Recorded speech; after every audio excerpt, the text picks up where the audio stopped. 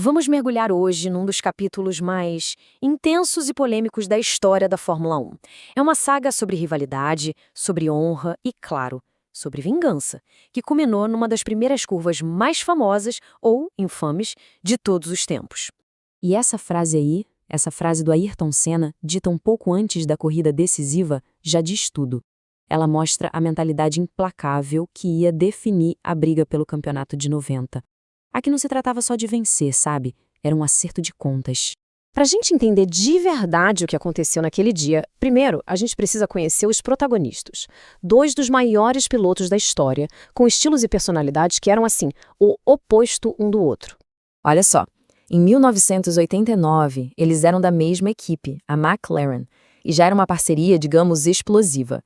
Mas aí, para a temporada de 1990, o Prost se mudou para a Ferrari, e isso transformou tudo.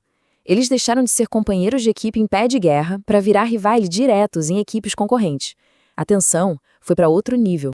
E o mais curioso é que, para entender a batida de 1990, a gente tem que voltar um ano no tempo.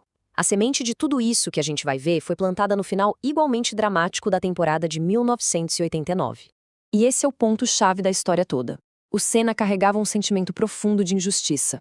Ele acreditava de verdade que o campeonato de 89 tinha sido tirado dele e de uma forma desleal, ali nos bastidores pelas autoridades do esporte.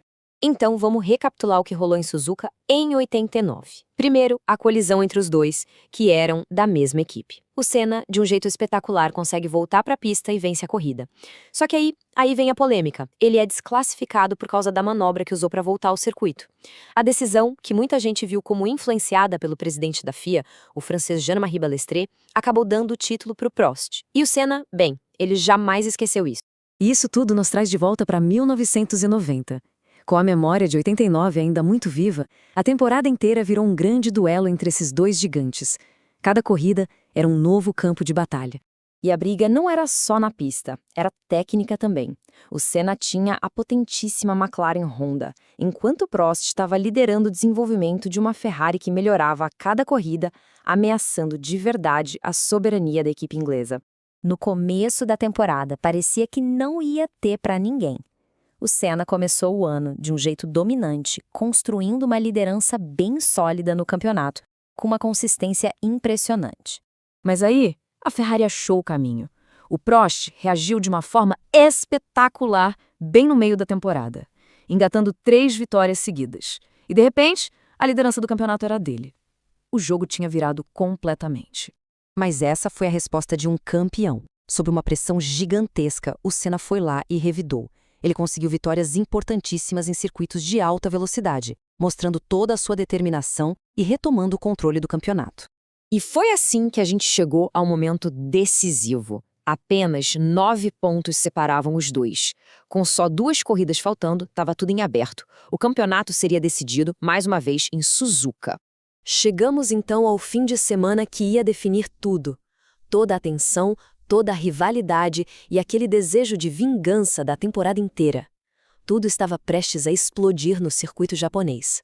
Na classificação, o Senna fez o trabalho dele. Cravou a pole position. Mas a controvérsia começou ali mesmo. O lugar da pole era no lado sujo da pista, com menos aderência, o que na prática daria uma vantagem de largada para o Prost, que estava em segundo. Para Senna, aquilo foi mais uma injustiça política. Era como um replay de 1989. Ele pediu oficialmente para que a posição de largada fosse trocada para o lado limpo, o lado com mais borracha e aderência. O pedido foi legado pela FIA.